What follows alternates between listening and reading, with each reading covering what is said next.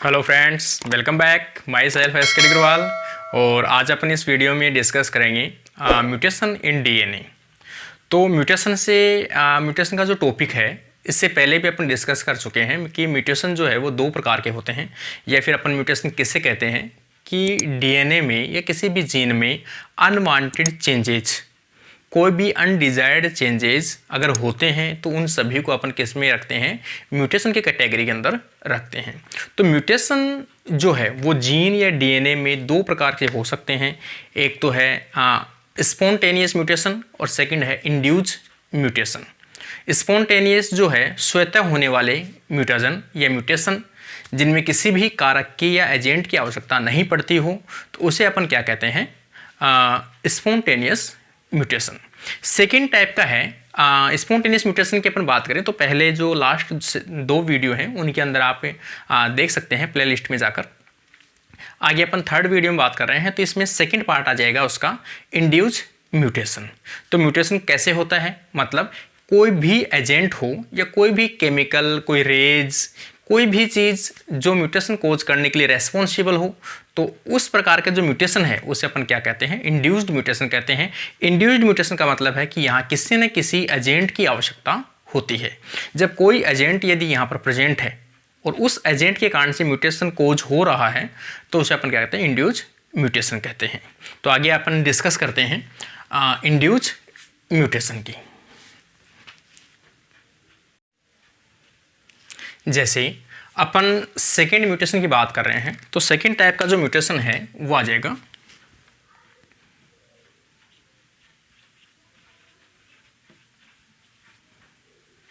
Induced mutation. क्योंकि पहला जो टाइप था वो कौन सा था, स्पॉन्टेनियस म्यूटेशन।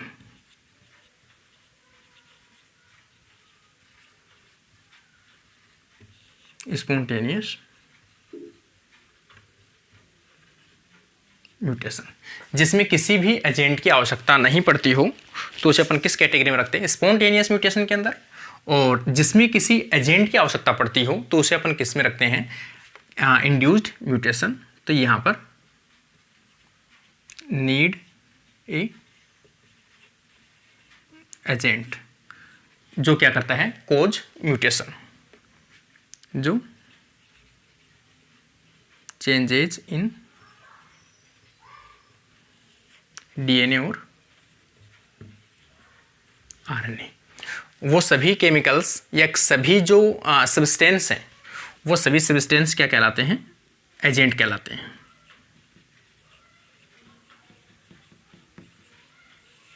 सभी सब्सटेंस क्या कहलाते हैं, एजेंट कहलाते हैं। तो इंड्यूस्ड म्यूटेशन कई बार ऐसे जनरली क्वेश्चंस पूछा जाता है, कुछ भी एग्जाम अपन देते हैं उनके अंदर, कि स्पॉन्टेनियस में म्यूटेशन की आवश्यकता नहीं होती है, जबकि म्यूटेशन की आवश्यकता किस में होती है, तो इंड्यूस म्यूटेशन की आवश्यकता होती है। इनके अपन देखें कंडीशन कि ये म्यूटेशन करते क्या हैं। जैसे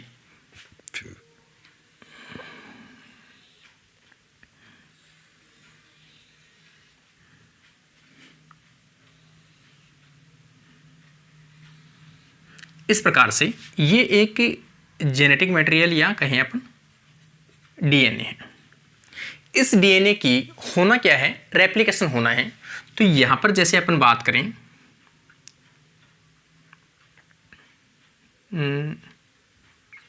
यूरेसिल तो अपन नहीं लिख सकते इसके अंदर, तो यहां पर अपन कह सकते हैं गुआनिन और यहां पर साइटोसिन। जब इसका रेप्लिकेशन होगा, जब ये डीएनए है, इस डीएनए का रेप्लिकेशन होगा, तो यहां से प्राइमर और प्राइमर से यहां पर डीएनए का सिंथेसिस होगा। जब डीएनए का सिंथेसिस होगा, अगर सपोज यहां इसमें क्या है, म्यूटेशन, अगर यहां इसमें म्यूटेशन है, तो जो जी है वो किसके साथ में पेयरिंग करना चाहिए, सी के साथ। ये तो नॉर्मल कंडीशन है। लेकिन अगर जी में म्यूटेशन है, तो वो जी जो है वो सी के साथ पेयरिंग ना कर कर ए के साथ पेयरिंग करेगा, या ए के साथ पेयरिंग ना कर कर वो टी के साथ पेयरिंग करता है। तो यहाँ पर जो कंडीशन है, बेस पेयरिंग क्या हो गई, चेंज हो गई। और ये जो डीएनए जब बनेगा, तो यहाँ पर अपने आप में एक मिसपैच या मिसपेयरिंग देखने को मिलती है। जब ये जेनेटिक जो चेंजेस हैं वो अगली जनरेशन में या अगली सेल में जाते हैं तो हो सकता है उस जीन के अंदर कोई हार्मफुल प्रकार का इफेक्ट देखने को मिल सकता हो, या हो सकता है कोई इस प्रकार का इफेक्ट हो कि किसी प्रोटीन के प्रोडक्ट की जो क्वांटिटी है वो बढ़ जाए। मतलब कह सकते हैं अपन कि कोई जीन है, जीन के न्यूक्लियोटाइड में अगर चेंज होता है तो उसमें हो सकता है गेन ऑफ फंक्शन, मतलब उस जीन का जो फंक्शन है वो क्या हो जाए, बढ़ जाए। अगर उस जीन का फंक्शन बढ़ जाए और वो जीन हो सकता है किससे रिलेटेड हो, सेल डिवीजन से रिलेटेड हो,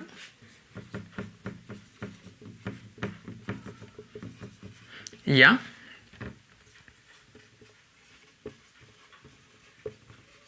cell growth.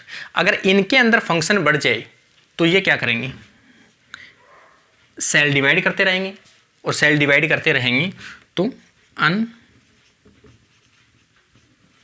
Unlimited cell division, जिनके कारण से क्या कंडीशन आ सकती है, कैंसर। और यहां पर ये सेम कंडीशन करें तो ट्यूमर और कैंसर की जैसी कंडीशंस देखने को मिल सकती है। इसका मतलब जो जेनेटिक जो चेंजेस होते हैं वो मोस्टली किस प्रकार के होते हैं, हार्मफुल हो सकते हैं।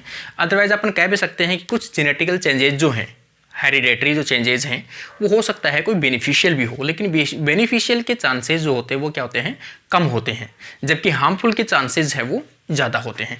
तो ये जेनेटिक मेटेरियल जो भी चेंजेस होते हैं वो सभी अगली जनरेशन में जाते हैं, और अगली जनरेशन में जाकर उस सेल की जो मेटाबॉलिज्म है या उसका जो फंक्शन है उनको क्या करते हैं, डिस्टर्ब करते हैं। डिस्टर्ब करने के कारण से हो सकता है उस सेल की जो एक्टिविटी है उस पर चेंजेस देखने को मिलती है, और अगर उसकी मोलिकुलर लेवल पे चेंजेस देखने को मिलता है तो हो सकता है उस ऑर्गेनिज्म के अंदर मॉर्फोलॉजिकली भी चेंजेस देखने को मिल सकता है, या कोई एबनॉर्मलिटीज देखने को मिल सकती है। ये सभी जो कारण है वो किसके कारण होते हैं, म्यूटेशन के कारण देखने को मिलते हैं।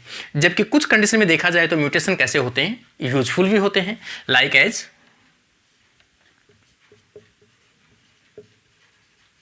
इवोल्यूशन। क्योंकि इवोल्यूशन के लिए किसकी आवश्यकता है, म्यूटेशन की आवश्यकता होती है। जहां जहां चेंजेस होते हैं, जहां जहां म्यूटेशन होते हैं, वहां वहां क्या देखने को मिलता है, इवोल्यूशन देखने को मिलता है। अगर किसी भी स्पीसीज, किसी भी ऑर्गेनिज्म में यदि चेंजेस नहीं देखने को मिलते हैं तो वहां पर इवोल्यूशन नहीं होगा।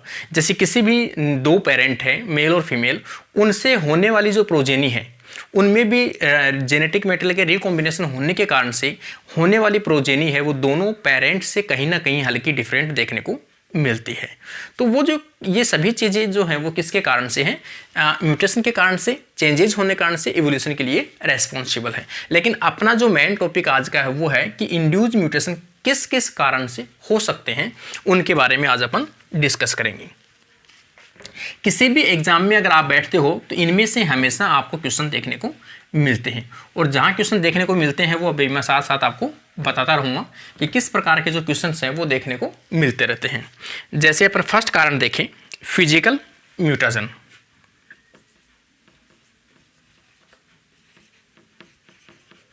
फिजिकल म्यूटेशन, फिजिकल म्यूटेशन के नाम से भी है कि कोई भी ऐसा फिजिकल कारक जिसके कारण से, कोई भी ऐसा फैक्टर जिसके कारण से किसी भी डीएनए की या आरएनए की स्ट्रक्चर या न्यूक्लियोटाइड्स में क्या हो, चेंजेस देखने को मिलते हो, तो वो सभी कैसे कहलाते हैं, फिजिकल म्यूटेशन कहलाते हैं। जैसे अपन बात करें किसी भी लाइट की, लाइट, इसमें क्वेश्चन हमेशा फिक्स है फिजिकल म्यूटेशन से कि फिजिकल म्यूटेशन दो प्रकार के होते हैं।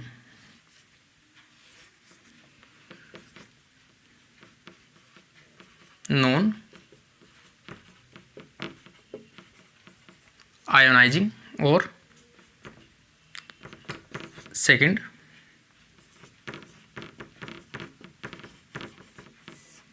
आयोनाइजिंग। तो ये तो नॉन आयोनाइजिंग और ये ionizing mutation.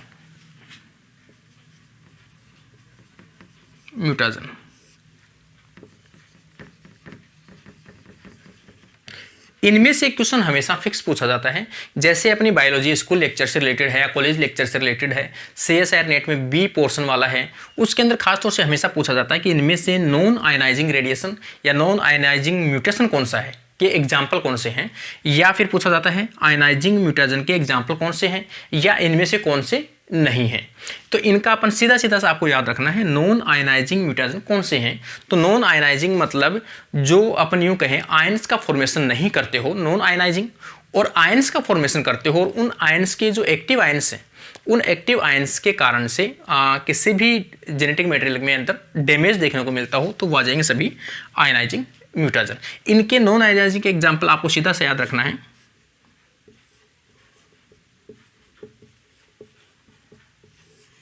UV light. UV light आपको ध्यान में रखनी है। यूवी लाइट एक एग्जाम्पल है नॉन आयनाइजिंग म्यूटेशन, हमेशा हर एग्जाम के अंदर पूछा जाता है। इसके अंदर देखें अपन जो आयनाइजिंग म्यूटेशन है, जैसे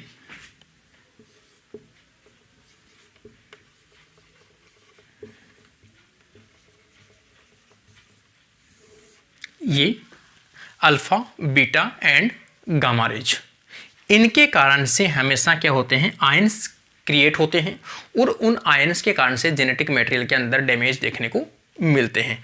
तो ये सभी जो आ जाएंगे आयनाइजिंग, और ऊपर वाले जो आ जाएंगे वो आ जाएंगे नॉन आयोनाइजेशन। इनमें से अपन देखें अल्ट्रावायलेट की लाइट देखें, जिसमें ए, बी और सी। अल्ट्रावायलेट को अपन 3 प्रकार से मानते हैं, ए, बी और सी। इनमें से सबसे हार्मफुल जो है, जैसे सी है, वो तो नीचे तक पहुंचती नहीं है, क्योंकि सी की जो एनर्जी है वो हाई होती है अल्ट्रावायलेट के द्वारा, या फिर इनको अपन कहें ये जो अल्ट्रावायलेट है वो किसके द्वारा रोकी जाती है, जो ओजोन लेयर, ओजोन लेयर के द्वारा इनको क्या कर दिया जाता है, रोक लिया जाता है। लेकिन इनमें से सबसे हार्मफुल देखें तो हार्मफुल कौन सी है, अल्ट्रावायलेट बी, यूवी बी, ये सबसे कैसी है, हार्मफुल है। क्यों ये हार्मफुल क्यों है, क्योंकि ये अल्ट्रावायलेट को क्रॉस कर कर पृथ्वी तक आती है और अपने क्या करती है, स्किन कैंसर कोज करती है। तो अल्ट्रावायलेट का जो कारण है वो क्या करते हैं, स्किन कैंसर। कई बार पूछा जाता है स्किन कैंसर के कारण कौन सी अल्ट्रावायलेट होती है, तो मोस्टली अल्ट्रावायलेट है। अल्ट्रावायलेट्स में से भी देखा जाए तो जो बी टाइप की अल्ट्रावायलेट है वो काफ़ी हार्मफुल होती है, जिनके कारण से कैंसर देखने को मिलता है। इसके अलावा अपन देखें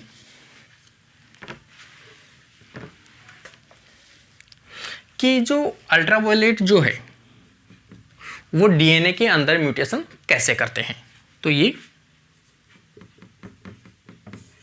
डीएनए है, डीएनए के अंदर ये क्या करते हैं, कोई भी 2 न्यूक्लियोटाइड हो या नाइट्रोजन बेस हो, उनके बीच में क्या करते हैं, ये डाइमराइजेशन, किसका फॉर्मेशन करते हैं, डाइमर का। डाइमर का खास तौर से किसमें, पायरिमिडिन का, डाइमर ऑफ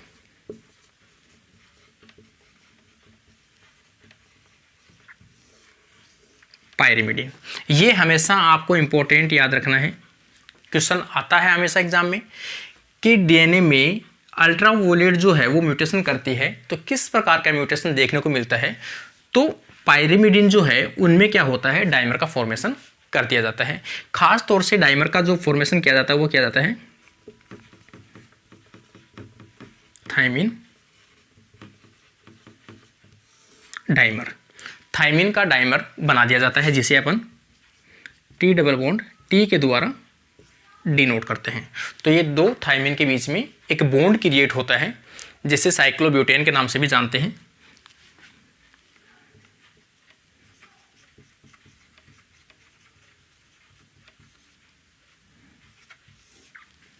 साइक्लोब्यूटेन, साइक्लोब्यूटेन के नाम से जानते हैं। इनमें से सबसे ज़्यादा जो डाइमर है वो देखने को मिलता है थायमिन डाइमर। मैंने आपको पहले बता दिया मैक्सिमम जो डाइमर है वो किसको देखने को मिलता है, थायमिन डाइमर। आगे अपन देखें जैसे TT, CT, TC और लास्ट के अंदर अपन देखें तो ये आ जाएगा CC। इधर डाइमराइजेशन बढ़ने की जो है वो सबसे ज़्यादा है।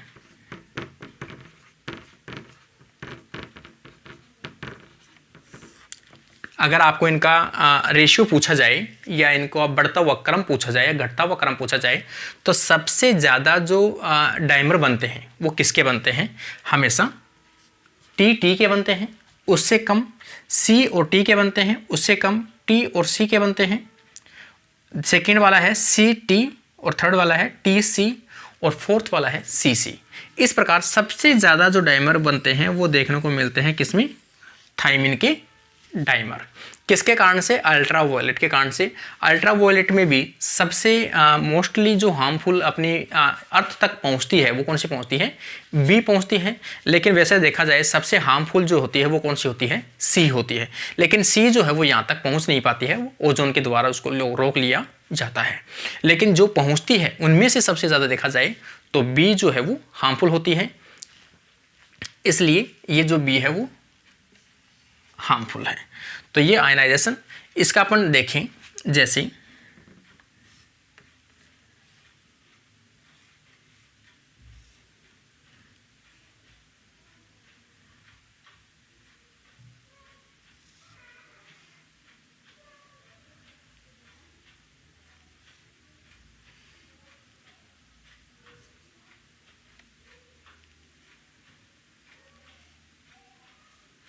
इस प्रकार से ये दो क्या है, थायमिन है और इनके बीच में यहां पर क्या होता है, बॉन्ड बनता है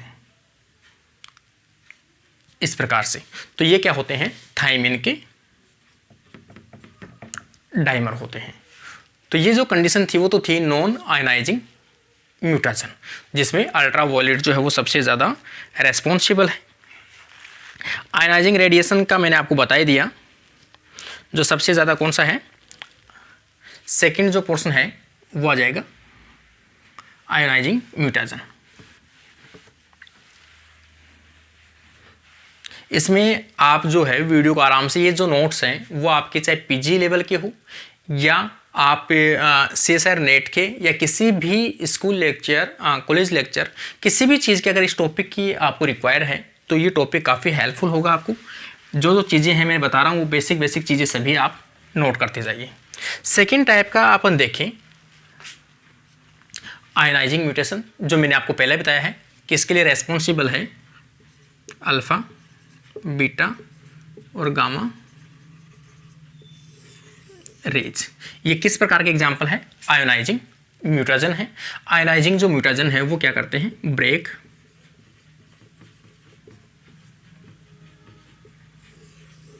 डीएनए को ब्रेक कर देता है। डीएनए को ब्रेक करेगा तो जो आगे अपन कहें उसका रेप्लिकेशन है, प्रॉपर रूप से रेप्लिकेशन नहीं हो पाएगा। तो अपन कई बार ऐसे जो रेज है वो यूज में लेते हैं किसी भी कैंसर को रिमूव करने के लिए भी, कि किसी भी कैंसर जो सेल डिवाइड कर रही है उसके अंदर अपन अगर रेज डाल दें तो रेज डालने से क्या होगा, उसका जेनेटिक मेटेरियल में क्या हो जाएगा, म्यूटेशन हो जाएगा, जिसके कारण से वो सेल है वो प्रॉपर रूप से डिवाइड नहीं कर पाएगी और वो कैंसर में कन्वर्ट नहीं होगी। तो कैंसर का जो ट्रीटमेंट है उसके लिए भी इन रेज को यूज में लेते हैं। या कोई भी जो वेराइटी है किसी भी प्लांट की या एनिमल की, कोई नई वेराइटी या नई स्पीसीज अपन बनाना चाहते हैं तो उसके अंदर जो हल्का म्यूटेशन चेंज करते हैं वो या तो केमिकल म्यूटेशन करते हैं या फिर जो रेज है, अल्फा बीटा गामा रेज है, उनको यूज में लिया जाता है। तो ये भी अपन नई वेराइटी को बनाने के लिए यूज में लिया जाता है, वेराइटी को इम्प्रूव करने के लिए यूज में लिया जाता है, या फिर कोई भी जो स्टडी है, वेरिएशन स्टडी है, वो देखने के लिए यूज में लिया जाता है। और एंटी कैंसर के लिए यूज में लिया जाता है, कैंसर का ट्रीटमेंट करने के लिए, ट्यूमर ट्रीटमेंट करने के लिए यूज में लिया जाता है। तो ये क्योंकि डीएनए को जो ब्रेक करता है वो किसके कारण से करता है, तो ये ब्रेक करता है ग्लाइकोसाइडिक बॉन्ड को ब्रेक करता है। इसके अलावा जो फॉस्फोरिक ग्लैंड है या फिर अपन कहें बॉन्ड,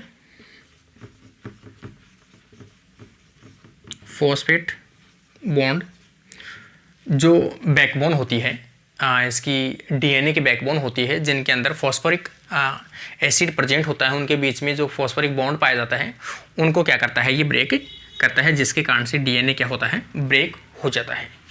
तो ये जो कंडीशन है वो आयोनाइजिंग म्यूटेशन है, जिसको जनरल कंडीशन के अंदर अपन लेबोरेटरी में यूज़ में लेते हैं म्यूटेशन कोज करने के लिए, नई वेराइटी कोज करने के लिए, या नई वेराइटी को इम्प्रूव करने के लिए, या क्वालिटी का प्रोडक्ट, कोई भी प्रोडक्ट है जिसकी क्वालिटी इंप्रूव करने के लिए भी इसको यूज़ में लेते हैं।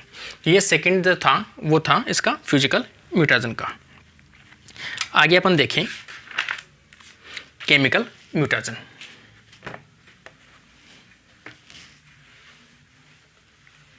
पहला था फिजिकल म्यूटेशन, सेकंड है केमिकल म्यूटेशन।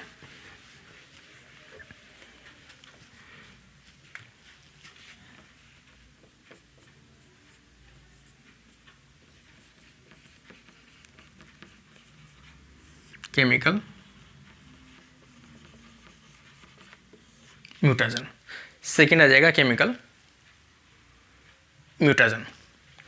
केमिकल म्यूटेशन के नाम से भी है कि कोई भी ऐसा केमिकल हो जो किसी भी डीएनए या आरएनए के अंदर म्यूटेशन कोज करने की कैपेसिटी उसके अंदर क्या हो, प्रेजेंट हो, या पर कहें नाइट्रोजन जो बेसेस हैं उनमें क्या करे, वो चेंजेस कर दे, या ऐसा केमिकल हो जो किसी नाइट्रोजन बेसेस से सिमिलरिटी रखता हो, तो वो भी क्या करेगा, डीएनए जब रेप्लिकेशन होता है तो उस टाइम में जाकर वहाँ पर इंसर्ट हो जाएगा, जिसको डीएनए पॉलीमरेज है वो रीड नहीं कर पाता, मतलब या उसको डिफ्रेंशिएट नहीं कर पाता है कि ये कोई बाहर से आया हुआ केमिकल है। मतलब ऐसे केमिकल्स होते हैं जो नाइट्रोजन बेसिस के एकदम सिमिलर होते हैं और डीएनए में क्या होते हैं, ऐड हो जाते हैं, तो वो भी क्या करते हैं, म्यूटेशन कोज करते हैं।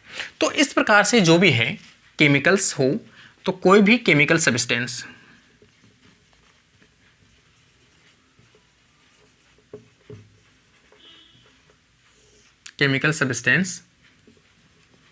कैन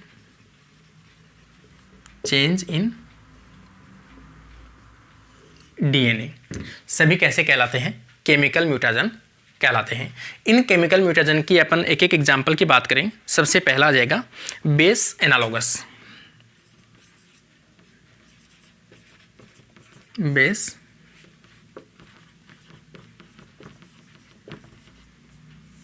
एनालॉगस, बेस एनालॉगस का मैंने अभी भी आपको जस्ट एग्जांपल दिया था कि कोई भी ऐसे केमिकल,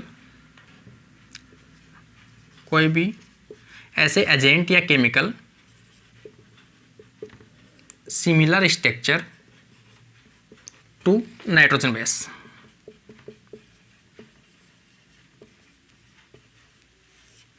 जो कैसे हो, नाइट्रोजन बेस के सिमिलर स्ट्रक्चर रखते हो, उससे सभी केमिकल्स को अपन क्या कहते हैं, बेस एनालॉगस। एनालॉगस का मतलब है सिमिलर, किसके, बेस के सिमिलर, मतलब नाइट्रोजन बेस के सिमिलर स्ट्रक्चर रखते हो तो उसे अपन क्या कहते हैं, बेस एनालॉगस कहते हैं। जिनमें से अपन सबसे बेस्ट एग्जांपल अपन देखें, जैसे अपन एग्जांपल फर्स्ट एग्जांपल देखें 5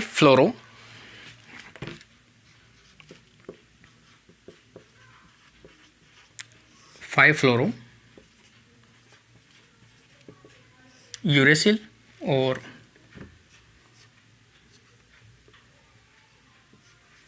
5 ब्रोमो यूरेसिल। ये सबसे एक बेस्ट एग्जाम्पल है।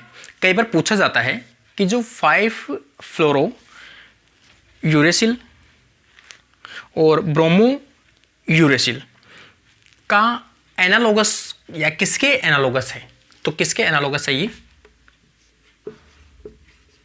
एनालॉगस टू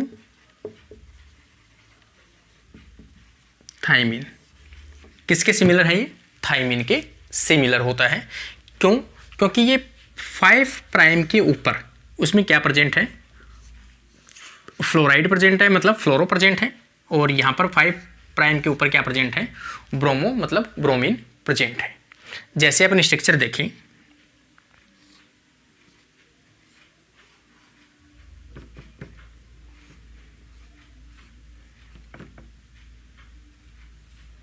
ये स्ट्रक्चर है एक नॉर्मल, किसकी? थायमिन की।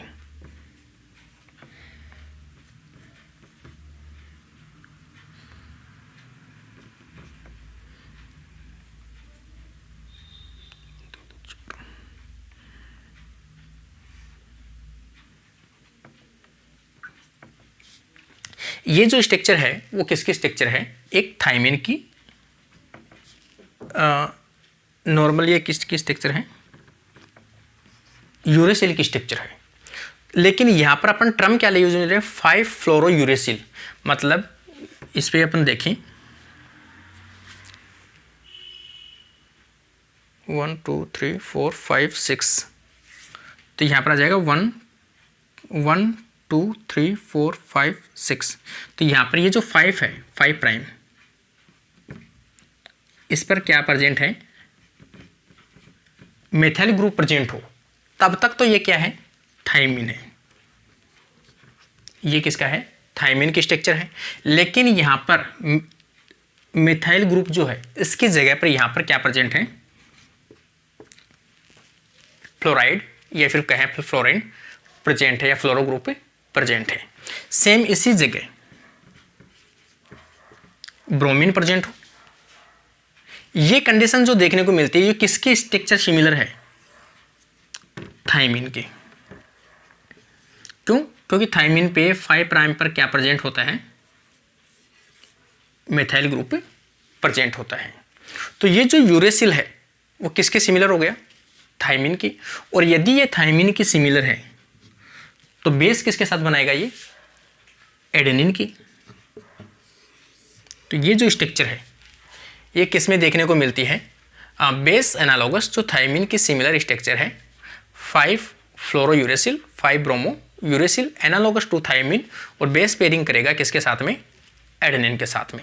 और वैसे क्या था? ये यूरेसिल था। तो ये एक एग्जाम्पल देखने को मिलता है।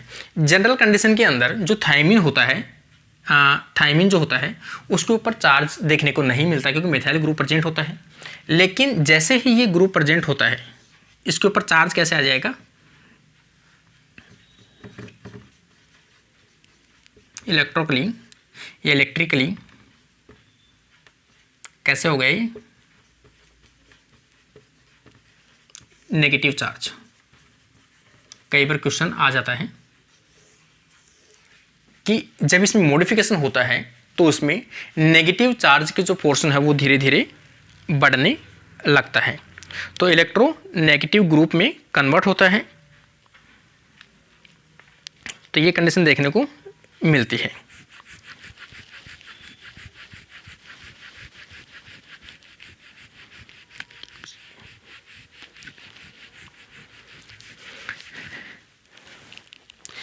खास तौर से अपन इसमें देखें कि जो इसकी स्टडी है, इसको यूज कहाँ लिया जाता है? 5 फ्लोरो यूरेसिल और 5 ब्रोमो यूरेसिल की जो यूज है वो कहाँ लिया जाता है? स्टडी ऑफ डीएनए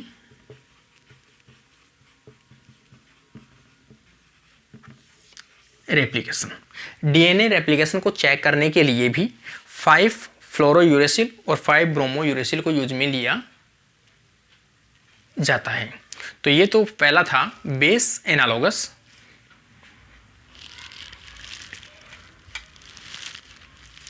इसी को अपन सेकंड देखें।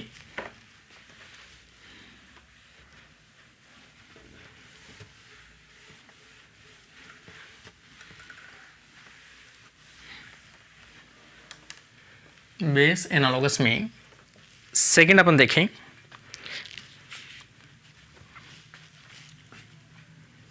जैसे एक अपन ग्रुप देखें 6 एमिनोप्यूरिन।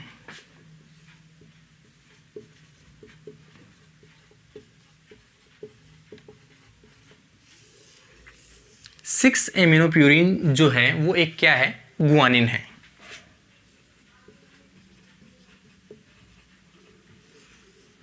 ये क्या है? गुआनिन है। लेकिन कभी कभी 6 एमिनोप्यूरिन की जगह 2 एमिनोप्यूरिन भी देखने को मिलता है। ये किसका सिमिलर है? 2 एमिनोप्यूरिन है, लेकिन सिमिलर किसके है ये? तो यहाँ पर ये किसके सिमिलर है? गुआनिन की जैसी स्ट्रक्चर दिखाई देती है। लेकिन जो 2 एमिनोप्यूरिन है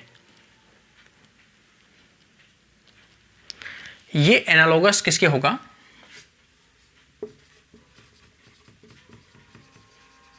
एनालोगस टू एडेनिन। ये एडेनिन के सिमिलर स्ट्रक्चर देखने को मतलब वर्क करता है।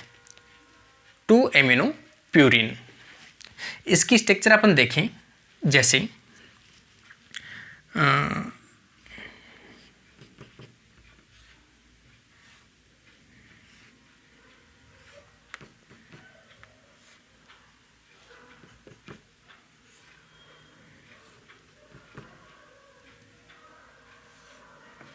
ये जो स्ट्रक्चर है, अगर अपन इसकी बात करें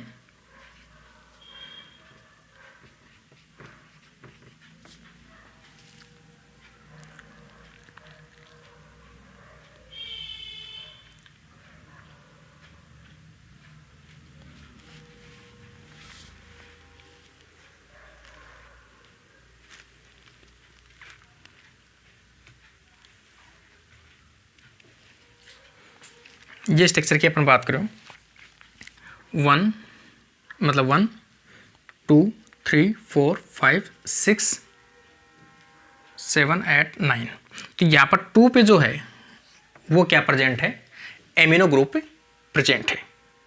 तो एमिनो ग्रुप यदि 2 पे प्रेजेंट है तो वो किसकी स्ट्रक्चर है? वैसे देखा जाए तो गुआनिन की स्ट्रक्चर है। लेकिन यहाँ पर अपन देखें तो जो 2 एमिनोप्यूरिन है, केवल 2 एमिनोप्यूरिन, मतलब यहाँ पर एमिनोप्यूरिन नहीं हो और यहाँ पर अगर एमिनोप्यूरिन प्रेजेंट हो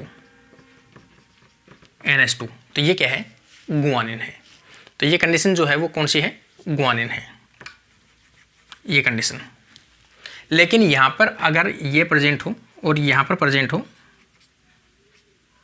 NH2, तो ये किसकी कंडीशन आ जाएगी? 2 एमिनोप्यूरिन आ जाएगी, 1 और 2, और 2 एनालोगस किसके है? एडेनिन के हैं। तो इस प्रकार के ये जो 2 एमिनोप्यूरिन वो बेस किसके साथ में है? एडेनिन के साथ में है। एडेनिन के सिमिलर है और पेयरिंग किसके साथ करेगा? तो ये थायमिन के साथ पेयरिंग करेगा। जबकि ये पेयरिंग किसके साथ करना चाहिए? ये पेयरिंग करना चाहिए, गुआनिन है तो पेयरिंग करना चाहिए ये साइटोसिन के साथ। लेकिन यहाँ पर ये जो सिमिलर है वो किसके हैं? एडेनिन के हैं, मतलब ये गुआनिन है और पेयरिंग किसके साथ करेगा? ये एडेनिन है तो थायमिन के साथ पेयरिंग करेगा। क्यों? क्योंकि 2 एमिनोप्यूरिन सिमिलर एडेनिन के हैं, तो ये एडेनिन समझा जाएगा इसको। एडेनिन किसके साथ पेयरिंग करेगा? T के साथ करेगा। और जबकि G, अगर ये G नॉर्मल होता तो किसके साथ करता? साइटोसिन के साथ करता। तो यहाँ पर ये क्या हो गया? चेंजेज हो गया, ये चेंजेस हो गया। तो इस प्रकार से ये म्यूटेशन कोज करने के कारण होते हैं, कुछ एजेंट्स होते हैं। आगे अपन देखें थर्ड केमिकल म्यूटेशन के अंदर अपन देखें एल्कलाइटिंग एजेंट। थर्ड अपन देखें एल्कलाइटिंग एजेंट।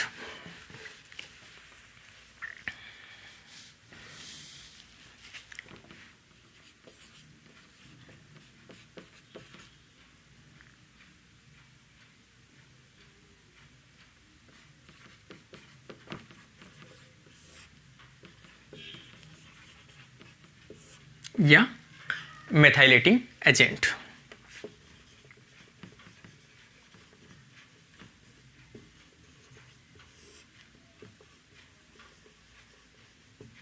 मेथाइलेटिंग एजेंट। तो थर्ड प्रकार का जो अपन पोर्शन देखें वो है एल्कलाइटिंग एजेंट और मेथाइलेटिंग एजेंट। मेथाइलेटिंग एजेंट, इनमें से अपन नाम के अकॉर्डिंग देखें, कोई भी ऐसा सब्सटेंस या कोई भी ऐसे एजेंट हो जो एजेंट क्या करते हैं? Transfer alkyl group.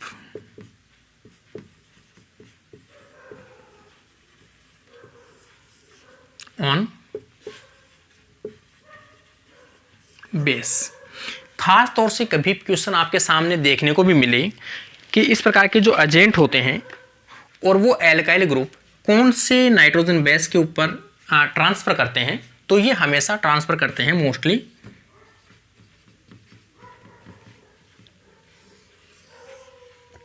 गुआनिन। ये हमेशा इंपॉर्टेंट है और ये हमेशा याद रखना कि एल्कलाइटिंग जो एजेंट हैं वो क्या करते हैं, एल्काइल ग्रुप को ट्रांसफ़र करते हैं नाइट्रोजन बेसिस पे, जिसके कारण से नाइट्रोजन बेसिस की जो प्रॉपर्टी है या नाइट्रोजन बेस की प्रॉपर्टी है वो क्या हो जाती है, चेंज हो जाती है, जिनके कारण से इंटर लिंकेज बनने लगते हैं। इंटर लिंकेज बनने के कारण से डीएनए जो है वो क्या होने लगते हैं, डैमेज होने लगते हैं, या जो डीएनए है वो ब्रेक होने लगते हैं। तो सबसे पहला जो क्वेश्चन है वो एल्कलाइट ग्रुप जो है वो किस पे ऐड किया जाता है, गुआनिन के ऊपर ऐड किया जाता है। गुआनिन के ऊपर ऐड करने के कारण से गुआनिन में क्या होता है, मॉडिफिकेशन देखने को मिलता है। जैसे इसमें जो मिथाइल ग्रुप है, एल्काइल ग्रुप के अंदर क्या किया जाता है, मिथाइल ग्रुप ऐड किया जाता है। तो मिथाइल ग्रुप ऐड करने के कारण से जो नाइट्रोजन बेसेस हैं उनमें क्या होता है, चेंजेस देखने को मिलता है। इसमें से एग्जाम्पल अपन देखें, ethyl methane, example ethyl methane,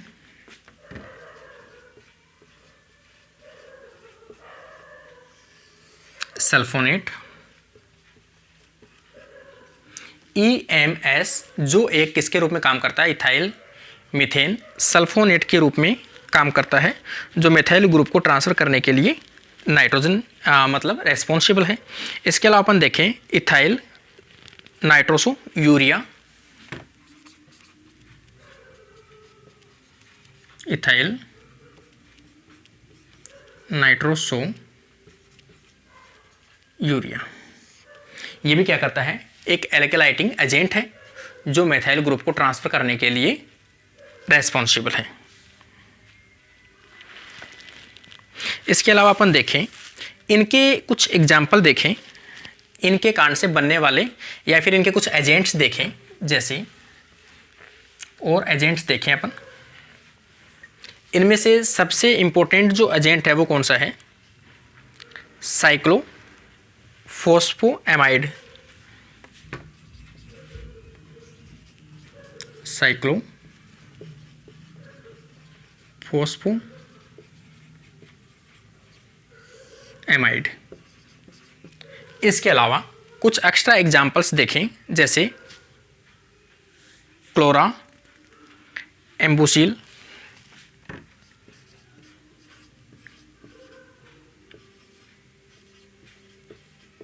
क्लोरा एम्बुसिल। इसके अलावा अदर एग्जाम्पल अपन देखें तो आ जाएगा कार्मोस्टिन,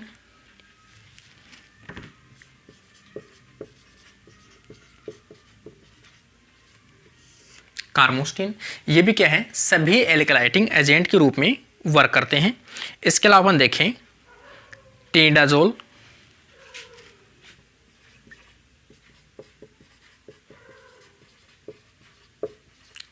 टिनिडाजोल, ये कुछ एग्जाम्पल हैं जो किसके एग्जाम्पल हैं, एल्कलाइटिंग एजेंट के रूप में वर्क करते हैं।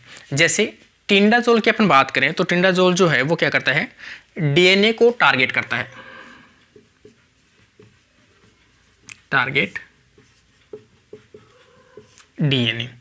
जबकि जो कार्मोस्टिन है, कार्मोस्टिन का जो टारगेट है वो क्या है, आरएनए है, ये आरएनए के अंदर डैमेज करते हैं,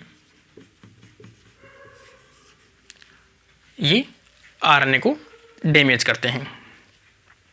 इसके अलावा ये दोनों भी खास तौर से देखा जाए तो डीएनए को, और ये भी डीएनए को डैमेज करते हैं। ये सभी इसके एग्जाम्पल हैं एल्कलाइटिंग एजेंट के। इन एल्कलाइटिंग एजेंट के कारण से बनने वाले जो कंपोनेंट हैं या इनसे बनने वाले जो प्रोडक्ट हैं उनके अपन देखें मॉडिफिकेशन किस में करेंगे, सभी जो हैं मॉडिफिकेशन करते हैं गुआनिन में। ये मैंने आपको पहले ही बताया था कि एल्कलाइटिंग जो एजेंट है वो ट्रांसफ़र जो ग्रुप है, मिथाइल ग्रुप है या एल्कलाइटिंग जो ग्रुप है उसको ट्रांसफ़र किस में करते हैं, तो किस पे ट्रांसफ़र करते हैं, ये गुआनिन के ऊपर ट्रांसफ़र करते हैं। तो जो प्रोडक्ट बनते हैं या जो नाइट्रोजन बेसेस बनेंगे वो किससे रिलेटेड होंगे, गुआनिन के ही मॉडिफिकेशन होंगे। जैसे 7 मेथाइल गुआनिन, 7 मेथाइल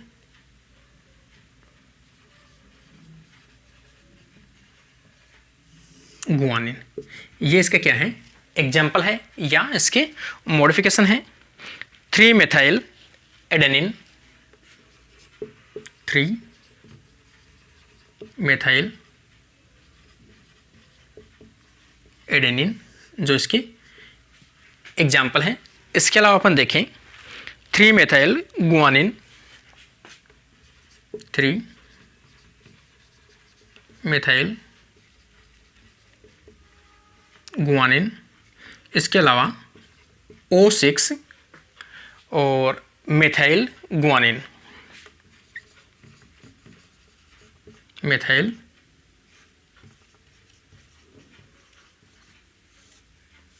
गुआनिन, ये सब किसके एग्जाम्पल हैं, एल्कलाइटिंग एजेंट जो हैं उनके कारण से मॉडिफिकेशन होने वाले नाइट्रोजन बेसिस के एग्जाम्पल हैं। Methyl 7 methyl guanine, 3 methyl adenine, 3 methyl guanine और O6 मेथाइल गुआनिन। जैसे ये आपको सभी एग्जाम्पल याद रखने हैं एल्कलाइटिंग एजेंट के।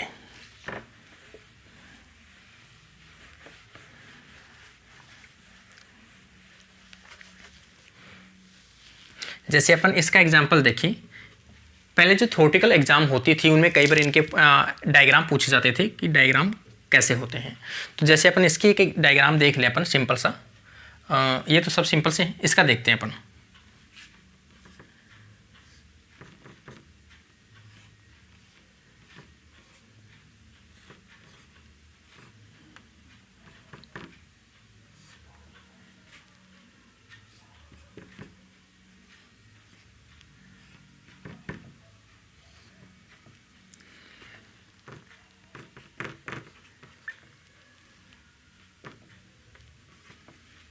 ये जो नॉर्मल स्ट्रक्चर है वो किसकी है, अपन देखें गुआनिन की एक स्ट्रक्चर है।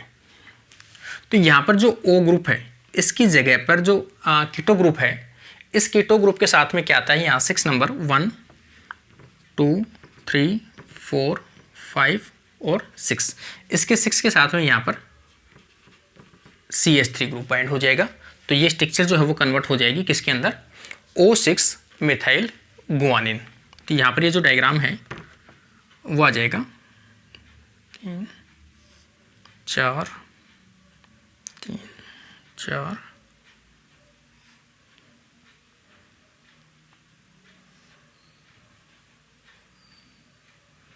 3 4, ये इसका डायग्राम आ जाएगा। सेम इसी प्रकार से 7 मेथाइल गुआनिन करें तो 7 मेथाइलिन 1 2 3 4 5 6 7, तो यहाँ पर अपन बात करेंगे तो CH3, ये CH3 यहाँ पर बाइंड होगा इस प्रकार से। तो ये जो आ जाएगा वो आ जाएगा कौन सा,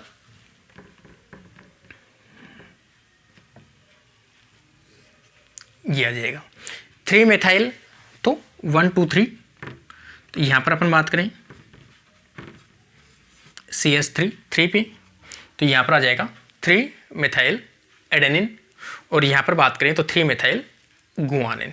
तो ये डायग्राम इसी से मॉडिफिकेशन होते हैं।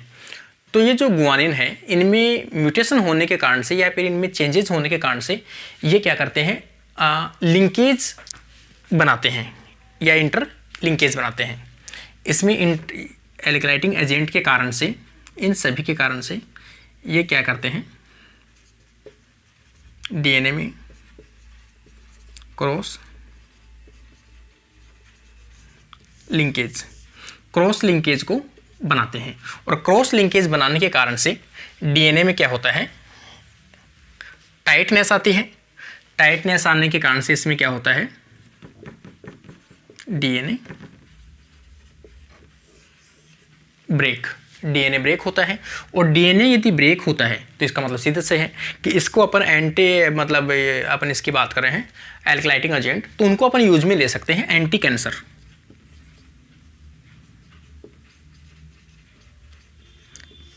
मतलब कैंसर को ट्रीटमेंट करने के लिए अपन ये जो एल्कलाइटिंग एजेंट है उनको यूज में ले सकते हैं, क्योंकि इनका जो मेन काम क्या है डीएनए को ब्रेक करना।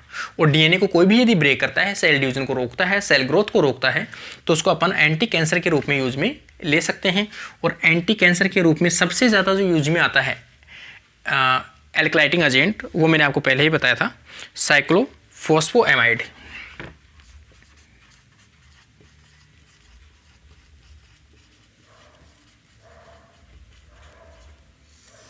साइक्लोफॉस्फेमाइड है वो सबसे ज़्यादा यूज में लिया जाने वाला एक एग्जाम्पल है। तो ये तो जो था वो था अपना एल्कलाइटिंग एजेंट। आगे अपन देखें फोर्थ टाइप का केमिकल एजेंट, जैसे बेंजाप्यूरिन,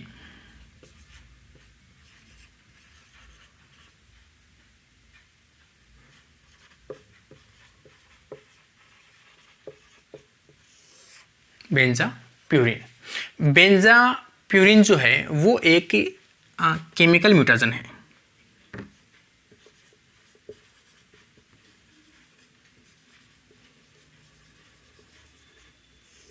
केमिकल म्यूटेशन है। और ये जो केमिकल म्यूटेशन है वो खास तौर से अपन कहें जो एरोमेटिक जो सब्सटेंस हैं, एरोमेटिक सब्सटेंस के कारण से या उनके कंज्यूम होने के कारण से बनने वाला एक बाई प्रोडक्ट है। तो ये क्या है? पोटेंट म्यूटेशन या कार्सिनोजन। पोटेंट म्यूटेशन या एक हानिकारक क्या है, कार्सिनोजन के रूप में वर्क करता है। ये एग्जाम्पल किसके हैं? Polycyclic aromatic hydrocarbon. एग्जाम्पल किसके हैं ये? पॉलीसाइक्लिक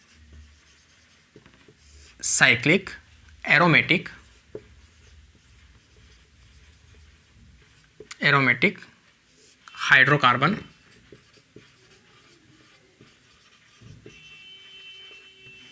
हाइड्रोकार्बन के क्या है ये कि एग्जाम्पल होते हैं। और इसको अपन देखा जाए तो इसको डिनोट करते हैं C20H12 में।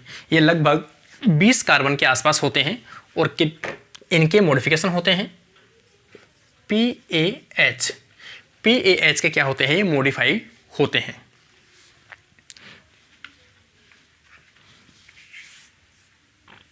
इसके अंदर अपन देखें benzene ring fused with pyrene.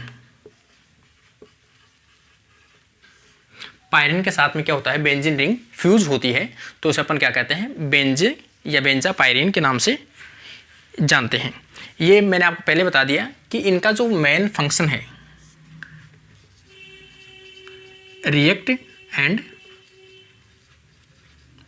Binding to DNA. ये डीएनए के साथ में क्या करते हैं? रिएक्ट करते हैं, डीएनए के साथ में जाके बाइंड होते हैं और डीएनए के साथ में ये एक एल्कलाइटिंग एजेंट के रूप में या फिर अपन कहें इसको इंटरकैलेटिंग एजेंट के रूप में वर्क करते हैं।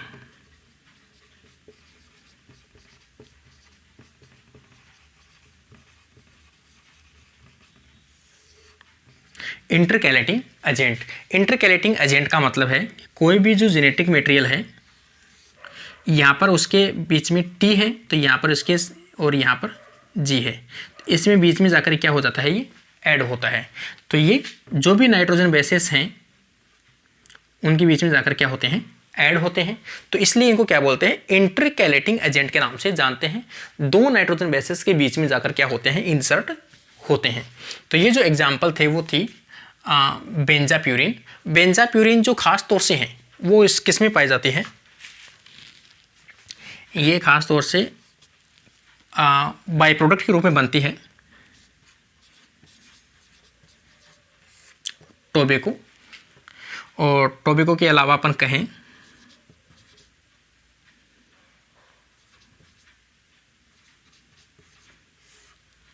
सिगरेट, स्मोकिंग के रूप में ये बनती है, जो क्या करती है, डीएनए को डैमेज करती है, डीएनए के अंदर इंटरकैलेटिंग एजेंट के रूप में वर्क करती है, डीएनए के बीच में जाके या नाइट्रोजन बेसेस के बीच में जाकर इंसर्ट होती है।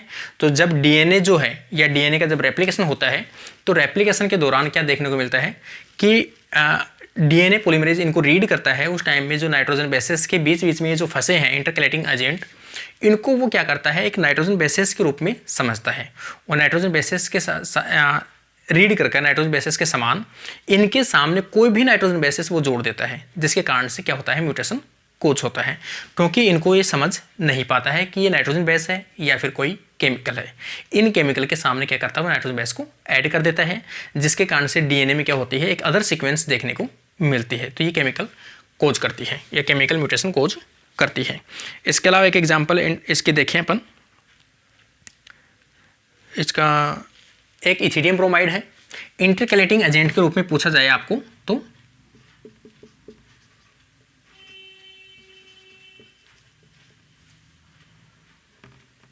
इथिडियम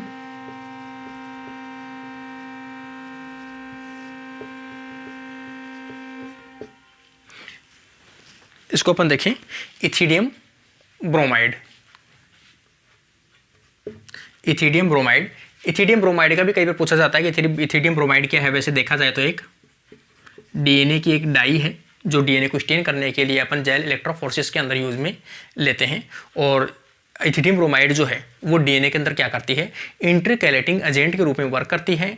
डीएनए के जो दो न्यूक्लियोटाइड है या नाइट्रोजन बेसेस है, उनके बीच में जाकर क्या होते हैं, इनके जो पार्टिकल्स है वो ऐड हो जाते हैं, जिनके कारण से अल्ट्रावायलेट की प्रेजेंस के अंदर से इथिडियम ब्रोमाइड जो है वो रेड या ऑरेंज कलर का दिखाई देता है।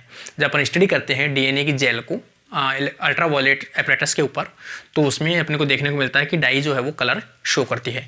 लेकिन ये भी एक म्यूटेशन है इथिडियम ब्रोमाइड, जो act as a intercalating agent के रूप में वर्क करती है। काफ़ी बार ऐसा क्वेश्चन पूछा जाता है कि इनमें से इंटरकैलेटिंग एजेंट कौन सा है, तो इथिडियम ब्रोमाइड है, एक कॉमन इंटरकैलेटिंग एजेंट है जो डीएनए में म्यूटेशन को खोज करता है। तो आज का अपना जो जनरल जो टॉपिक था, जिसमें म्यूटेशन सेकंड प्रकार का था, अपन कहें इंड्यूस म्यूटेशन, तो ये अपना टॉपिक यहाँ पर अपना कंप्लीट होता है। तो जो भी स्टूडेंट्स खासतौर से CSIR नेट की प्रिपरेशन कर रहे हैं, या बॉटनी या बायोलॉजी सब्जेक्ट से जो भी प्रिपरेशन कर रहे हैं, उन तक ये वीडियो जरूर पहुँचाइए। आपको CSIR नेट में आपको प्रॉमिस करता हूँ कि CSIR नेट में आपको हमेशा इसमें से क्वेश्चन देखने को मिलते हैं। तो जो भी स्टूडेंट्स CSIR नेट की प्रिपरेशन कर रहे हैं, उन तक ये वीडियो जरूर पहुंचाइए कि उन स्टूडेंट्स को हेल्प हो सके। किसी भी प्रकार के आपको इसमें डाउट लगते हैं तो कमेंट बॉक्स में कमेंट जरूर कीजिए। Thank you friends.